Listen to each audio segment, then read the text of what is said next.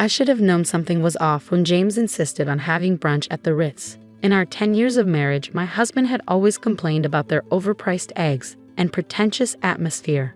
But here we were, dressed in our Sunday best, with our daughter Emma swinging her legs under the pristine white tablecloth. "The whole family will be there," he'd said that morning, adjusting his tie for the third time. "Mom's birthday deserves something special." I'd nodded, choosing to ignore how his hands trembled while buttoning his shirt.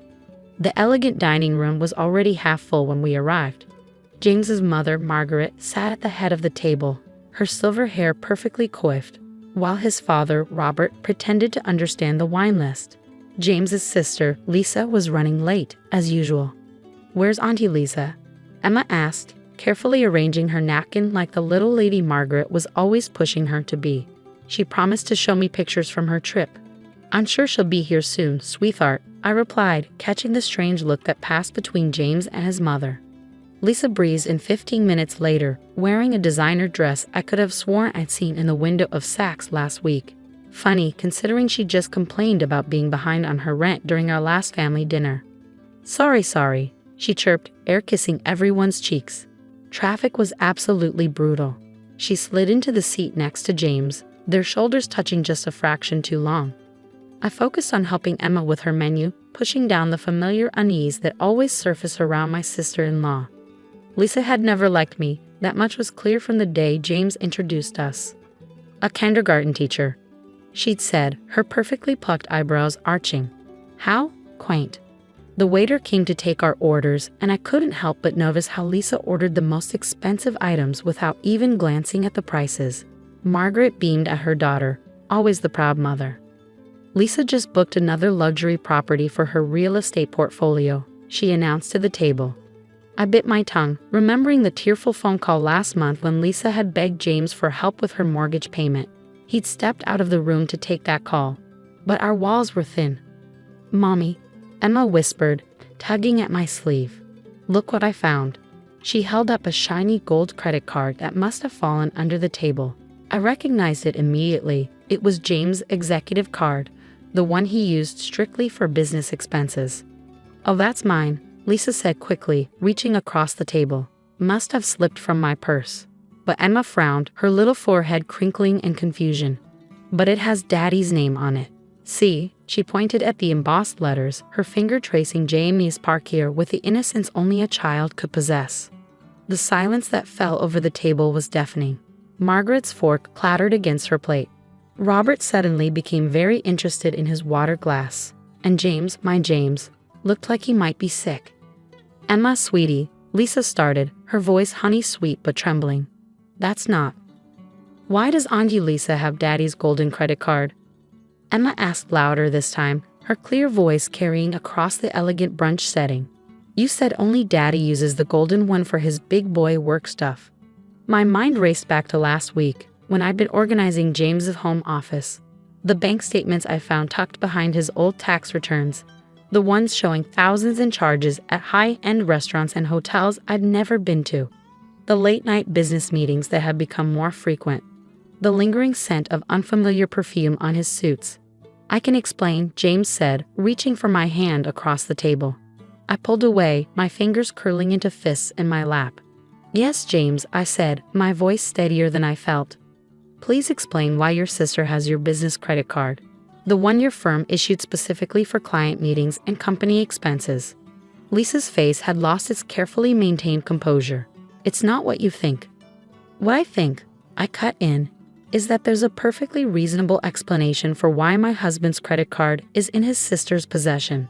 Just like there's probably a reasonable explanation for the $5,000 charge at Cartier last month or the weekend booking at the Four Seasons when you were supposedly at a real estate conference in Chicago." Margaret cleared her throat. "Perhaps this isn't the best place." "No, Mother," I said, surprising myself with the ice in my voice. "I think brunch at the Ritz is the perfect place to discuss how your daughter has been using my husband's company card. After all, isn't this exactly the type of establishment where they've been meeting?" Emma looked between all of us, her small face clouded with worry. "Did I do something wrong, Mommy?" "No, baby," I said, smoothing her hair. "You did exactly right. Sometimes adults need little angels like you to help them see the truth." I stood up, my chair scraping against the polished floor. Emma, sweetheart, let's go get some ice cream. I think the grown-ups need to have a very serious conversation about credit cards and family loyalty.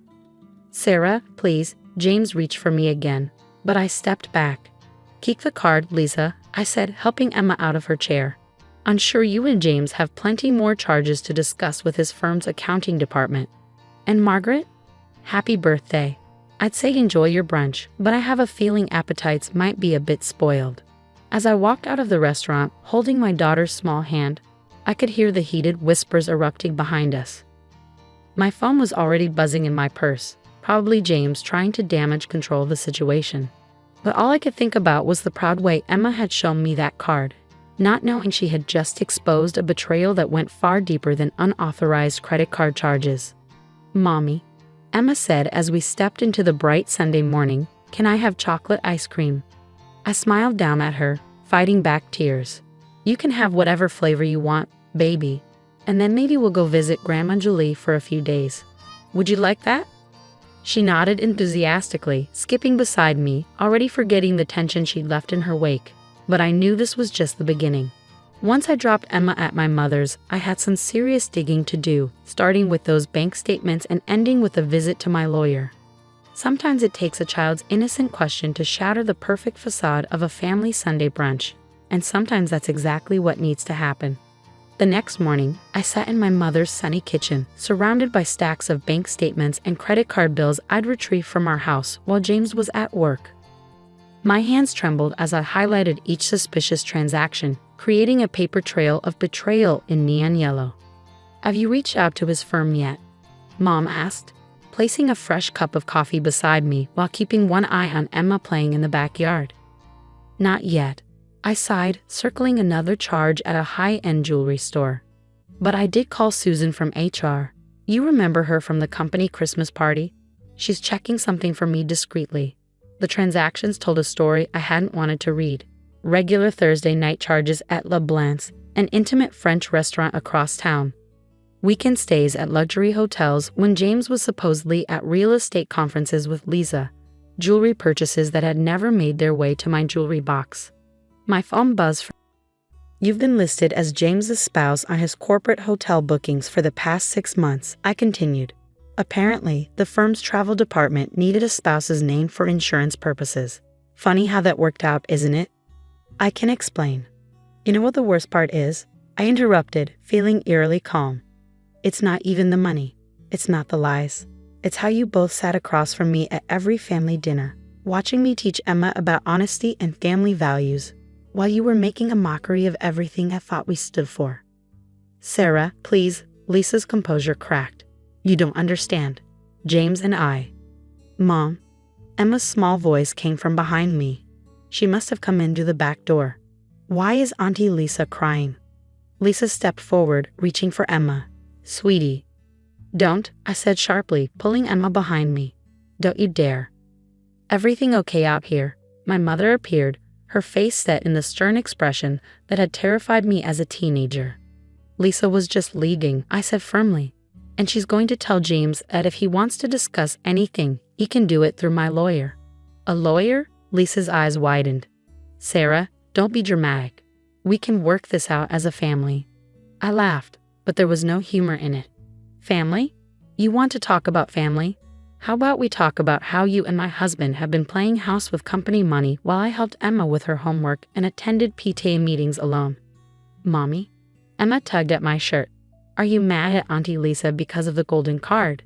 I knelt down to her level, smoothing her hair. No, baby. Mommy's mad because sometimes grown-ups make bad choices that hurt people they're supposed to love. Like when I took Tommy's crayon without asking and you made me apologize. Something like that, I said, fighting back tears. But much bigger. Lisa made a choked sound. Sarah, what are you going to do? I stood up, keeping Emma's hand in mine. I'm going to do what I teach my kindergartners every day. Stand up for what's right and don't let anyone make you feel small. The firm, Lisa whispered. If they find out, they already know, I cut in. Susan's email wasn't just about the hotel bookings. The accounting department has launched an investigation. Apparently, mixing personal and business expenses is a big no-no, especially when you're trying to make partner. The color drained from Lisa's face. You didn't? I didn't have to do anything, I said. Emma's innocent question at brunch sent up red flags. The firm's travel coordinator was at the next table. Funny how karma works, isn't it? Mom, Emma tugged at my hand. Can I go back to my bubbles? Of course, sweetheart. I watched her skip away before turning back to Lisa. You should go. I believe you and James have some explaining to do at tomorrow's board meeting. As Lisa stumbled back to her car, my mother placed a supportive hand on my shoulder. You okay? I nodded, watching Lisa's luxury car, probably paid for with James's credit card, disappear down the street. You know what? I actually am. For the first time in months, things are finally clear. My phone buzzed again with a text from James. The firm called. We need to talk now. I deleted the message without responding and went to join Emma in the backyard. She greeted me with a soapy smile, her small hands creating perfect, shimmering spheres that floated away on the breeze. Mommy, look, this one looks like a heart. I watched the bubble rise and burst, just like my marriage. But unlike that fragile sphere, I wasn't going to disappear quietly. James and Lisa's carefully constructed world of lies was about to pop, and I had front row seats to the show. Make another one, baby, I said, sitting down beside her. Mommy could use some bubble magic right now. 3 weeks later, I sat in my lawyer's office, reviewing the final divorce papers. The firm's investigation had revealed far more than just unauthorized credit card use. James and Lisa had been running a complex scheme, using company resources to flip properties and pocket the profits. Their Thursday dates at La Blanc had been meetings with potential investors, all billed to the company under the guise of client dinners. The firm is pressing charges, my lawyer, Patricia, explained, sliding another document across her desk. They're offering you a separate settlement since you helped expose the fraud, albeit unintentionally. I glanced at the figure and almost choked on my coffee. That's generous. They're trying to avoid a scandal. A partner and his sister-in-law misappropriating funds. The press would have a field day. My phone lit up with a text from Margaret, James's mother. She'd been surprisingly quiet since the brunch incident, but her message made my heart skip. I found something you should see. Can we meet? An hour later, I sat across from my soon-to-be ex-mother-in-law at a small cafe, watching her hands shake as she pushed a manila envelope toward me. I found these while cleaning out Lisa's old room, she said, her voice barely above a whisper. They're from 15 years ago, before you met James. Inside were letters, dozens of them, exchanged between James and Lisa during his first year of law school. They weren't siblings' casual correspondence. They were love letters. They're not, Margaret struggled with the words. They're not actually related. Robert and I adopted Lisa when James was away at boarding school. We never told anyone. It was easier to pretend she was our biological daughter. The cafe suddenly felt too small, too hot. Did they know? When I married James, did they know? Margaret nodded, tears streaming down her face. They agreed to end things when James met you. We all thought it was over. Until it wasn't, I finished, feeling strangely detached. Until they started their little business venture. I'm so sorry, Sarah. I should have told you years ago. I carefully put the letters back in the envelope. No, Margaret, they should have told me. Before I walked down the aisle. Before I had Emma. Before I spent 10 years building a life on lies. Emma, Margaret's voice cracked. She's the only innocent one in all this. And she's the one who brought down their house of cards with a simple question. I said, almost laughing at the irony. Out of the mouths of babes, right? Later that evening, as Emma and I finished packing the last boxes in our new apartment, she found an old family photo album. Mommy, can we still keep these pictures? I sat beside her on the floor, looking at snapshots of happier times, or what I thought were happier times. Of course we can, baby. They're part of our story. Even the ones with Daddy and Aunty Lisa? Yes, I said, closing the album gently. Sometimes we need reminders of the past to appreciate our present. My phone buzzed with an email from Patricia. The divorce was final. James had agreed to all terms, likely hoping to avoid any more scrutiny before his criminal trial. Lisa had apparently fled to Europe, leaving him to face the consequences alone. Mommy, Emma said, pulling me from my thoughts. Can we get ice cream? like we did after brunch that day. I smiled, remembering how a simple dessert run had become our ritual for handling big changes. Sure, baby. But first, help me hang this up. I pulled out a framed piece of Emma's artwork, a bright, colorful drawing of just the two of us, surrounded by hearts and flowers. She'd made it at school last week when asked to draw her family. It's perfect right here, I said, hanging it in our new living room. Just like us. As we walked to the ice cream shop, Emma skipping ahead and chattering about flavors, I thought about how sometimes the worst betrayals can lead to the best beginnings. My 5-year-old's innocent question had shattered our family's carefully constructed facade. But from those broken pieces, we were building something stronger. Something real. My phone buzzed one last time, another text from James. I never meant to hurt you. I deleted it without responding and watched Emma press her nose against the ice cream shop's window, her breath fogging the glass as she pointed out all the flavors she wanted to try. Can I get 2 scoops, Mommy? Pretty please. You know what? Make it 3, I told the server, smiling at Emma's delighted gasp. We're celebrating. What are we celebrating? I thought about the settlement money that would put her through college, about our fresh start in our cozy apartment, about the weight of lies finally lifted from our shoulders.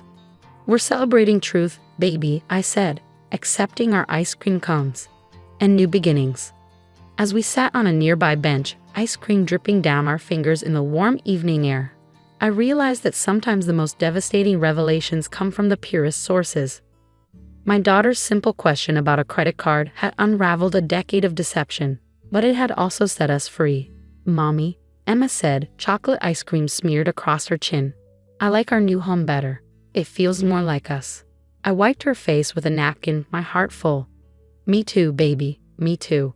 Because sometimes it takes a child's innocence to show us the way forward, even when that path begins with a question asked over Sunday brunch.